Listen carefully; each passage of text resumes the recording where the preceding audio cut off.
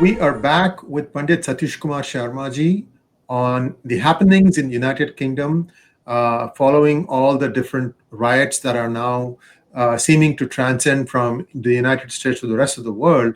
And we're going to cover a few cities this time: London, Bristol, and Leicester, and also the overall view about what these riots mean to the British Hindus. Should they take a message from this? And there are some very interesting things that we're going to discuss in this hangout. We hope you will see it all the way through to the end. Thank you very much. And Pandit ji, welcome to PGurus channel.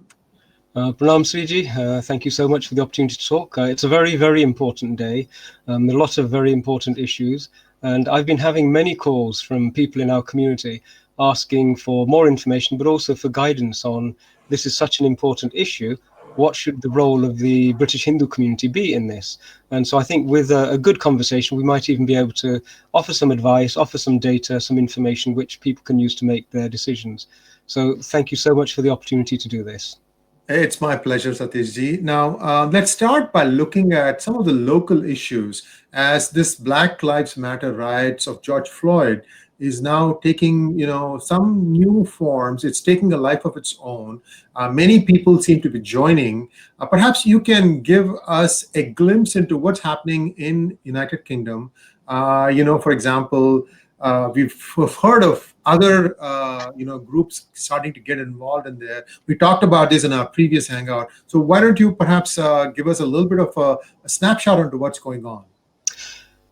It's a great place to start. So if I can just set the context of the last week, we had very major demonstrations and protest marches in London, and the numbers were very, very significant. And this was actually quite a serious issue because, as we talked about last time, we're in lockdown. And so the whole COVID issue and COVID-19 coronavirus issue is very, very relevant. But people seem to completely ignore it and come out in huge numbers. And that's possibly acceptable in some way, shape or form, because the passion that has been created by the visuals of seeing George Floyd with a knee on his neck as he passed away. It's such a violent and horrific emotive picture. And so you can take that into account and say, okay, this is why people did it. But it broke out into more than just a protest. It was noticed that there was a lot of violence which was unconnected with the actual issue. And there seemed to be a lot of agents who came in after the marches were done and dusted. And we have seen lots and lots of sporadic acts of violence against memorials, against statues, and most worryingly, against police officers. Your viewers can see on YouTube and many places, British police officers being attacked for no reason whatsoever. And it's a horrific scene to see another human being being pounded by 3 or 4 large people, and people standing by recording it on phones as opposed to intervening. It's a very, very worrying development. And so that has been going on most of last week. And tomorrow, on Saturday morning, I'm not quite sure when we'll get this out, but on Saturday this weekend, there is another demonstration planned. There was a BLM demonstration planned, but the sides of what are called the right wing, the far right wing, they have said we're going to march and protect our monuments. And so to avoid a conflagration, then the BLM organizers have said to everybody, please don't attend London, stay away. Let's just try and keep this march at a distance and let it happen. And so that would be a good thing if that happens. But there is a powder keg, and there are plenty of agents on either side who are willing to set fire to it. And so that's where we are. Let's see what tomorrow brings. Yes, indeed. And viewers, we must remember that the British policeman carries what is called as a truncheon. It is the equivalent of what I would say lathi in India. And the truncheon can at best be like a blow. I think it's called a rubber kosh or something like that. So it's not even as powerful, doesn't pack the punch of a lathi perhaps. And they don't carry guns like the way the policemen in the United States do. So, going after the police, sort of, what are the people who are marching frustrated against? Yes, coronavirus is even to everyone. Everybody has the same problem. Everybody has a challenge with what their future looks like. Nobody knows. Anybody can look at any crystal ball, but they can only come up with some best guesses, best case, worst case scenarios, and what have you. So let's go on to the next topic. I read with interest that there is a proposal to take down Mahatma Gandhi statue in Leicester, the center of the Leicester city. There's a Gandhi statue, and somebody wants to take that thing down. So how did Mahatma Gandhi get into all this? Yeah, it's a great question, and we've done a little bit of research to see what the background is to this incident. You mentioned coronavirus. So there's one last thing I'd just like to say in conclusion. Coronavirus doesn't discriminate. Yes. It's not interested in black lives or white lives or green lives or yellow lives or whatever lives. It doesn't discriminate. And our community, the non-white community, statistically has had a terrible experience as this virus has raged through. And so for members of our communities to be gathering in large numbers at this time is an unwise act anyway. So we should be sensitive to that. But turning to Gandhiji, in Leicester, at the end of what's called the Golden Mile, where all of the Indian shops are, there is a statue dedicated to Mahatma Gandhiji of him walking with his the Dandi March. And that statue, a petition has been raised to remove it. Now, it's interesting, we noted two things about the petition. Firstly, the date and time that it was loaded onto and went live on the internet. Within literally minutes of it being loaded, immediately Pakistani newspapers were picking it up and publicizing it. So that was either unbelievably diligent monitoring of the internet, or I'm sure there are conspiracy theorists who are saying, well, hang on, the two could be connected. And there is some evidence to support an overly represented presence of Pakistani Twitter handles who are tweeting this. We've got one or two that we've noted already. So this seems to be opportunism.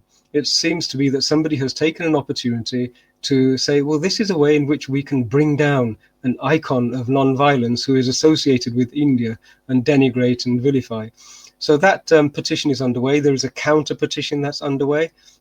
And a lot of people are being troubled and considering what to do about this. I would suggest, and I think everybody needs to step back a little bit. There is a temperature. It's almost like a community temperature outside, which we've noticed this week is getting hotter and hotter and hotter.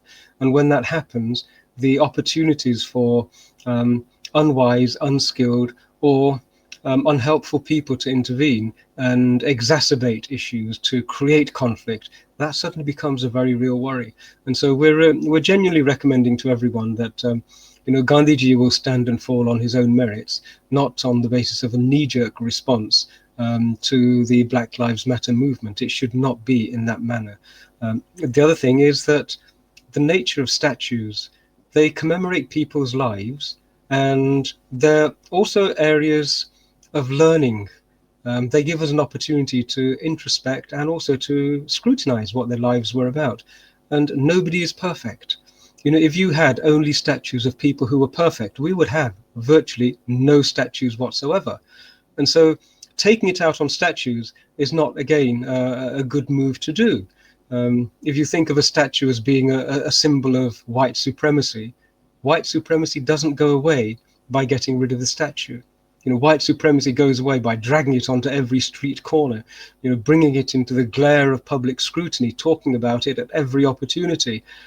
And I look at it from the point of view that we have got lots of statues around the world, which are statues, symbols of supremacist ideologies. And rather than getting rid of them, we should be very smart and clever and start talking to everybody about what those statues represent. Now, you may have heard Robert Clive has a huge presence in Oxford. Who you talked to, he was, well, go ahead. Yeah, that's right. Robert Clive. We have Cecil Rhodes in Oxford as well, the architect of Rhodesia and the horrors that precipitated. But those statues, they should not be statues for adoration or for appreciation, but for recognition and understanding and opportunities to learn and talk about these things so we can move forward. So I'm a little concerned about the manner in which these are being erased from public presence and public view.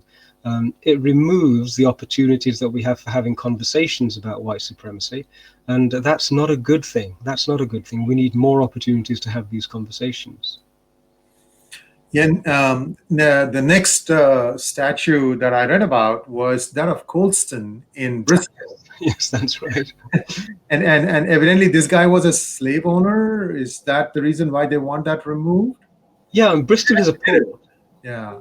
Bristol is one of the British ports, and the wealth of that whole port and that whole area was established on the back of slavery of Africans to America. Now, it should be noticed that Colston, and at that time, the country was pretty much run by liberals, as they're called. Okay, so it wasn't run by extremist right-wing people. It was run predominantly by liberals, and liberals had a light side, shall we say, to them, and a dark side. The dark side, we've talked about slavery and everything else, but the light side was that they loved to be philanthropic. They loved to shower their ill-gotten gains in a display of philanthropy. And so a lot of money from slave trading went into Bristol, and in appreciation of that money, statues have been set up for Colston. But last week, a group of people got together and dumped the statue into the river. They dragged it down from its pedestal, dragged it across to the bay, and threw it into the waters. And it was done with a great deal of public attention, shall we say, and outcry as well. And yesterday, I understand that the statue has been recovered from its watery grave and is going to be installed into a museum for people to have a conversation about. But this is it's a strange scenario, because these statues have drawn a huge response from the British public. This is one of the odd events. You know, several statues have been defaced. Okay, now there is a huge outcry, and the British public has been very, very angered. But I would like to sort of try and put a bit of context on this as well. It's not as though a bunch of people have landed on these shores on their boats and taken the opportunity to steal, to destroy society, to take 45 trillion out of the economy, to kill 100 million people, and then leap back on their boats and as a parting shot to dismember the country. Right now, that is something which warrants a physical and a violent, aggressive response. But the dunking of a few statues here and there should be rejected. They're acts which are illegal, there's no doubt about it. But the associated emotional heat that's been generated, and the I think there's a presence of police with machine guns protecting monuments planned for the march that's going to happen. Some people have noticed that actually there were no police with no machine guns when the left and the BLM were all marching, but when the right appeared, suddenly machine guns appear. But we'll find out whether that happens tomorrow. So there's a discrepancy there. But I think this whole thing about statues, we should be smart about how we leverage the presence of these statues. We should not be just so knee-jerk reacting in a manner which is both illegal and doesn't serve us. It'll only hide the past activities of white supremacists, and that's not good for anybody. Yes, and there are lots of movies about slavery. One of my favorites was Amistad, Amistad. It was a ship, and the story goes that in those days, ships would set sail from England with finished goods. They would drop the finished goods in West Africa, North Africa, pick up slaves from there, take them to Boston or the shores of the United States, dump them there, and then pick up tea from there, and then bring it back home. So this was a three-way thing, and it happened for many, many, many years.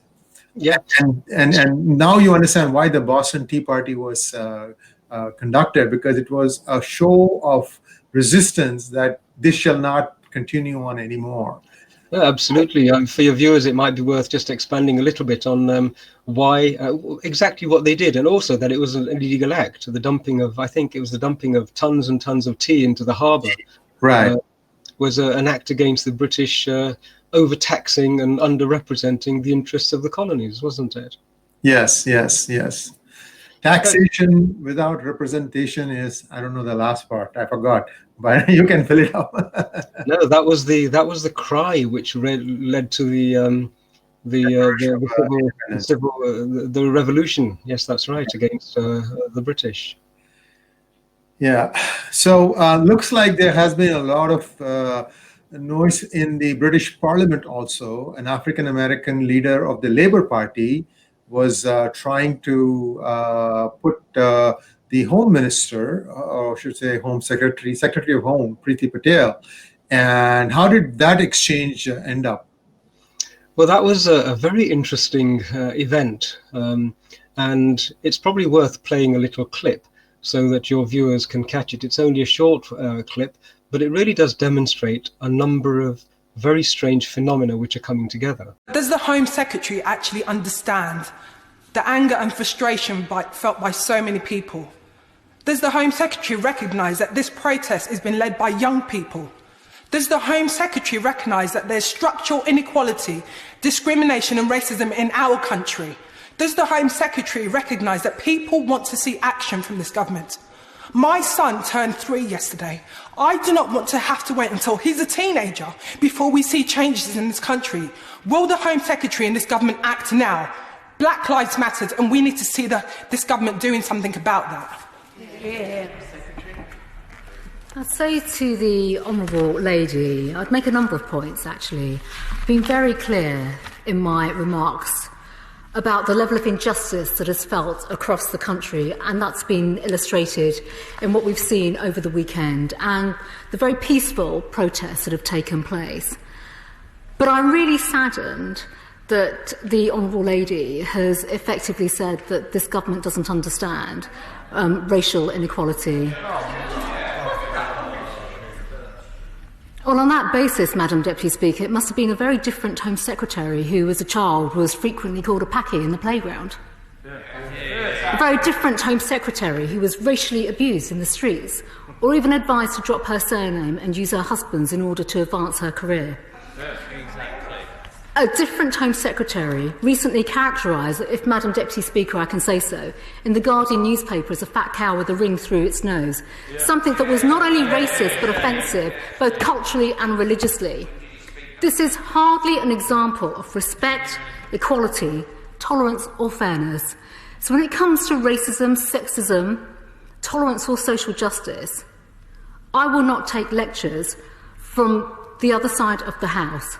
I have already said repeatedly there is no place for racism in our country or in society. And sadly, too many people are too willing, too casually, to dismiss the contributions of those who don't necessarily conform to preconceived views or ideas about how ethnic minorities should behave or think.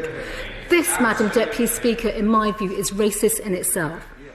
Your viewers will have seen from that clip an extraordinary event, right? What we have is a person of colour in the Labour Party accusing a person of colour in the Conservative Party of being not coloured enough, right? Of being not dark enough. It's just an amazing development. But this should highlight something that everybody should take a note of. You know, if you've built a political movement, as the left seems to have been doing, if you've built your movement on weaponising the victimhood of minorities, you are naturally going to be vulnerable every time a member of a minority behaves in a manner which is not as a victim. So any minority which becomes successful, it points out the lie, the inconsistency upon which you've based your whole movement. And that clip really does describe that so well. You know, Priti, she talks about her experience in school. And that's an experience that many of us, myself included, have faced many, many times. And so there's nobody who can say to us, well, you're not discriminated against enough, and, you know, therefore you don't have a right to take that position. But that seems to be what the Labour Party did. And you can see how it fell flat on its face. But there was one other development, which was quite an extraordinary development. And that was the response of the leader of the shadow opposition, the leader of the Labour Party, which was Sir Kier Starmer. And what he did is he issued a photograph, and that photograph has really caused a great deal of conversation as well. For your viewers, this is the photograph. We have Kier Starmer and Angela Rayner, the leader and the deputy leader of the Labour Party, bending a knee. Now, it's not customary for potential commanders-in-chief of governments, potential prime ministers, to come out and do these things which are atmospheric, which are emotional, which are possibly more symbolic. What would be really great is if they were actually to change policy, if they were to do deep reflection, consider the whole perspective and the landscape, take everything to account, and then actually make change. It's very, very odd to see somebody acting in a manner which is so ingratiating, and yet potentially they may not even do anything at all. It's quite extraordinary. But what it does do is it diminishes the office, and that's the worry. The office is really very, very important. We have to have respect for these officers, whether we don't have respect for the occupants. And the occupants also have to be respectful and mindful of the tradition that they're leveraging. The power that flows to these positions flows because of the tradition and the manner in which those officers have been held in high esteem. And so in the same way that attacking the police diminishes the respect we have for the police in everyone's mind, it's a very unwise thing to do. In the same way, these officers of state, they have a position, and that position, I think, was demeaned and cheapened by what possibly is merely just a political point scoring by taking the knee and then publishing this photograph. It was a very, very strange thing to do. Yes, indeed. It does look very strange. Now, let's take a step back and look at the international stakeholders who are also starting to use the United Kingdom as another battleground. Now, what I'm hearing, and correct me if I'm wrong, Panditji, that the playbook that was followed in Shaheen Bagh protests that started on December 19th and wasn't cleared until COVID was well underway, lockdown was in place, and only then they went and cleared it. And we have to remind all our viewers that what they had done was they had actually cordoned off part of the expressway. They were causing people so much trouble in terms of getting around from place A to place B. It was one of those arterial highways that led from Delhi to Uttar Pradesh, and they had actually cordoned it off, and one part was completely unusable. On top of that, there were loudspeakers and there were speeches, incendiary, I might add, and it was just a whole lot of noise created specifically to try and make the Indian government look impolite when President Donald Trump came visiting, and that happened on the 24th and 25th of February. Then there were even riots in Delhi. 56 people got killed, and only now the government is starting to round up all the miscreants. There are many people who are still roaming the streets. In fact, the needle of suspicion even points towards the Delhi chief minister.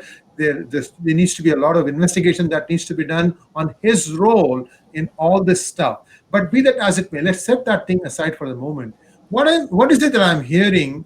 That there is a sharing of the playbook that we've talked about before.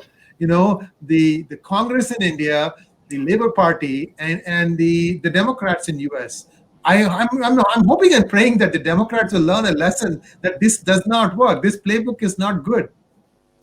Well, let's see how that plays out. But I wouldn't be at all surprised if there were Zoom conferences or video conferences now that everybody's doing this between the Democrats and the Labour Party here and the Labour Party here and Congress in India, because we know that they're all children of the same ideology.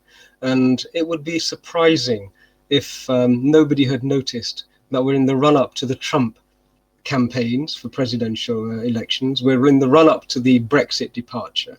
And as far as India is concerned, India has been actually waging a battle with this technique, this playbook, for a long period of time. Anybody who is a student of Arthashastra, right, will have recognized that it's a common practice. If you want to destroy somebody else's environment, then what you do is you create a conflict in their backyard. Okay, and so it doesn't matter what the conflict is. All you need is to divide two groups together, create an environment that's incendiary, and then what happens is after the battle is over, the suffering is actually of the battlefield. The location is the place that the suffering has occurred. So New Delhi was devastated after the Shaheen Bagh disputes, and yet all of a sudden, whatever the issues were, they seem to have disappeared off the public agenda and they're not on the horizon anymore. And yet they were so aggressive, so assertive, and so disruptive. And there is a common phenomena. Here, what we're seeing in the Black Lives Matter movement many leaders of the movement itself, legitimate voices, wise voices, are expressing their concern that in fact their movement has been hijacked, their cause has been hijacked, so much so that the movement now seems to be moving with an independent energy, momentum and direction, which is causing a problem to the cause which gave rise to this movement. So it's the same playbook, it's the same strategy, divide. Well, actually, this is not divide and rule, this is divide and destroy. That what you do is you create a conflict, you create two separate sides, and then you just wreak havoc. And this is straight out of the anarchists' textbook. This is a very simple and blunt instrument that they use regularly. So this, as you said, in New Delhi, investigations are still underway. Some of the groups who are attacking police on the streets of London, there was a particularly aggressive attack against one police officer, and the 3 people have been arrested already today, and the public was very supportive in making sure that arrests followed. So the public sympathy, I think, is still with the authorities, and I hope it will remain there. But yes, this is it's the same playbook across nations. What will be interesting, and I'm sure that this investigation is being done, is to trace the money, because it's been noted that Extinction Rebellion has a huge amount of money, and they were the last group who disrupted London. And again, the cause and the movement seem to suddenly separate and go in different directions. With the Black Lives BLM movement, we've suddenly seen millions flood into their coffers. In fact, only yesterday, Stormzy donated £10 million to this cause. And it will be interesting to see where that money is coming from. All sorts of conspiracy theories are flying around. There is talk that George Soros's Open Society Foundation may be involved in some of these NGOs, although that's not confirmed. I'm sure that investigations will continue. But there is a lot of money. Allegations of his involvement in the United States too, about $200 being given to each individual. I think it's still at the allegations phase. We haven't seen any conclusive proof emerge yet. Sorry, to cut and you. in India also, Right. There have been comments from commentators that this is a potential problem. All of a sudden, the people who were responsible for the statue of Colston being dumped into the bay, and they broke the law in doing that. A campaign went up, crowdfunding has gone up, and I think some £50,000 has been accumulated for their defence in court. So there doesn't seem to be a shortage of funds, and raising funds so quickly in such large amounts doesn't just happen with grassroots movements. You know, it happens more often than not as an act of a coordinated strategy being executed. So this is something I think everybody should bear in mind. What we don't want is innocent, passionate young people being sucked in to somebody else's strategy and becoming basically fodder for them in areas of quite significant danger. This is a concern that we have here. Yes, indeed, that's a very valid concern. And in fact, if I were a British Hindu, I would be confused. Here I am, one of the idols of India, the father of the country, father of the nation. In fact, the Pakistanis should also realize that he was the father of their nation too. And in fact, he was more father of their nation because India pre-existed Gandhiji's arrival for several millennia. It's a valid connection. Gandhiji is father of Pakistan. So, Panditji, what advice do you have for the British Hindu today? It's a great prompt. Thank you for that. We're nation builders, right? As a civilization, wherever we go, we build civilizations, right? We're not civilization burners.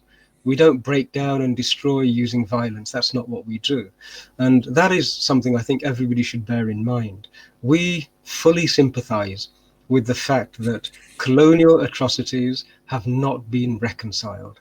They have not been addressed. And this white supremacist period, the last millennium, if it was anything, was the millennium when white supremacy became institutionalized. The United Nations came out of a white supremacist society and order. Our international World Trade Organization, the European Union, all of these major bodies, they all sprang out of a white supremacist Wade community, as we call them, white and Dominic ethnicity.